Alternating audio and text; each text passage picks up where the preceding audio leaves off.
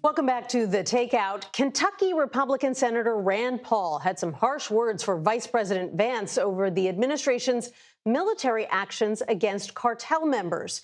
The U.S. conducted an airstrike against a suspected drug vessel leaving Venezuela last week. And Vice President Vance said afterwards on social media that killing cartel members is the, quote, best use of our military. Senator Paul responded over the weekend, quote, did he ever read To Kill a Mockingbird? Did he ever wonder what might happen if the accused were immediately executed without trial or representation? To talk about this, we have Tyler Kendall and Riley Rogerson. Tyler is a Washington correspondent at Bloomberg. Riley is a reporter for NOTUS. Welcome to both of you. Thank you for being here. Thanks for having me. So, Riley, let's start with this controversy, which is kind of spicy when you consider the fact that these are two. One is a Republican senator now, one was his Republican colleague. And, you know, they don't usually go at each other in this way. Absolutely. This term, we've seen barely any Republican senators try to stand up to the Trump administration. So the fact we're seeing Rand Paul, who is such a fiscal hawk, a conservative, someone potentially the Trump administration could try to make an ally out of. They really haven't. And now we're seeing him go after the Trump administration in no uncertain terms. I mean, have you read To Kill a Mockingbird? To JD Vance, who, is a trained lawyer, is pretty aggressive. So it definitely puts a spotlight on Rand Paul as an interesting character in this GOP Senate. And Tyler, if there is a Republican who is going to go after the Republican administration, it is Rand Paul. He's probably at the top of the list. But it does shine a light on some of the potential pitfalls for the administration as it continues to prosecute this new fight against cartels using the military to make it happen. Definitely. And in fact, Nancy, the administration said that this is just the start of these attacks. So there's a few different threads that we could pull on when it comes to that. One, of course, are the legal questions here. Also, when we're talking about members of Congress, were they adequately briefed on this operation? But the second, what does this tell us about the administration's future policies when it comes towards going after these cartels, but also its policies towards Venezuela? And our analysts at Bloomberg Economics actually just released an analysis that says this administration has been left with some pretty limited economic policy tools here. And perhaps that's why we're seeing them move to these other areas, including asset seizures or now military moves. I want to ask you both about this new controversy over the ICE raid at this Hyundai plant, one of the biggest projects, if not the biggest, in Georgia.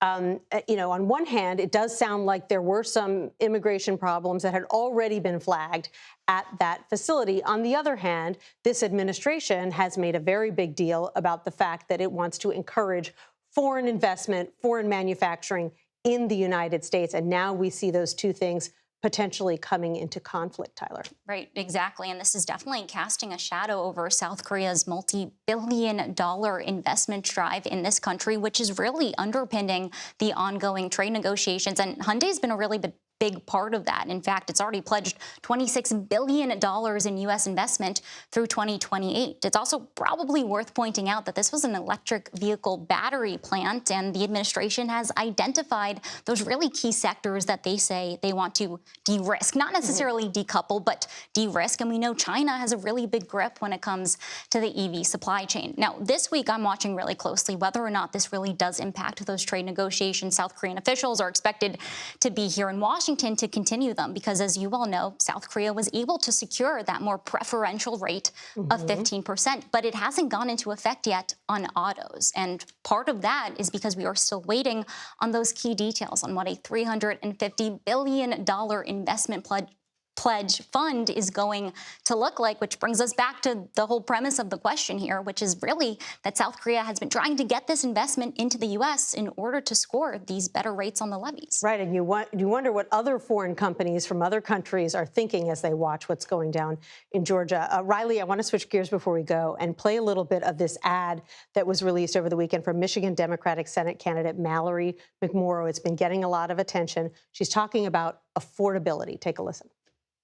This is just the latest example of corporate greed ruining the things we love. Because it's not just commercials on TV.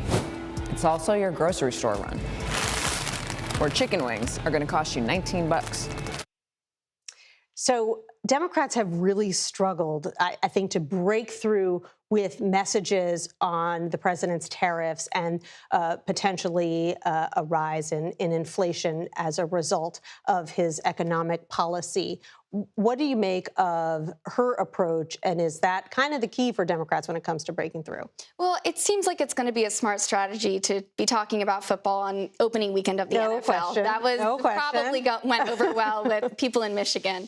But what strikes me about it is Democrats have, kind of raked themselves over the coals for the past 6 to 8 months of, we have an authenticity problem. We need to be connecting with the average or any American, people who like football, people who drink beer. And so many Democrats have complained they're just talking in consultant speak. Mm-hmm. So I think an ad like this is showing Democrats talking to just the type of people that they want to win over in upcoming elections. So that's what really struck me about that ad. Yeah, and in order to be successful, you have to be able to pull off the authentic message and to look like you really know football before you start talking about it. Definitely. And we also know, of course, that underpinning this message was the one about economic anxiety. And when we look at, I believe, CBS News' own polling, that the One Big Beautiful Bill isn't really polling that well. So perhaps we're going to see Democrats capitalize on that. But at the same time, our Bloomberg News polling repeatedly showed us during the campaign trail that President Trump did exceedingly well when it came to the issues of the economy. And now we're starting to see perhaps those fissures play out. Very interesting. Tyler Kendall, Riley Rogerson, thank you so much for being here. Appreciate it.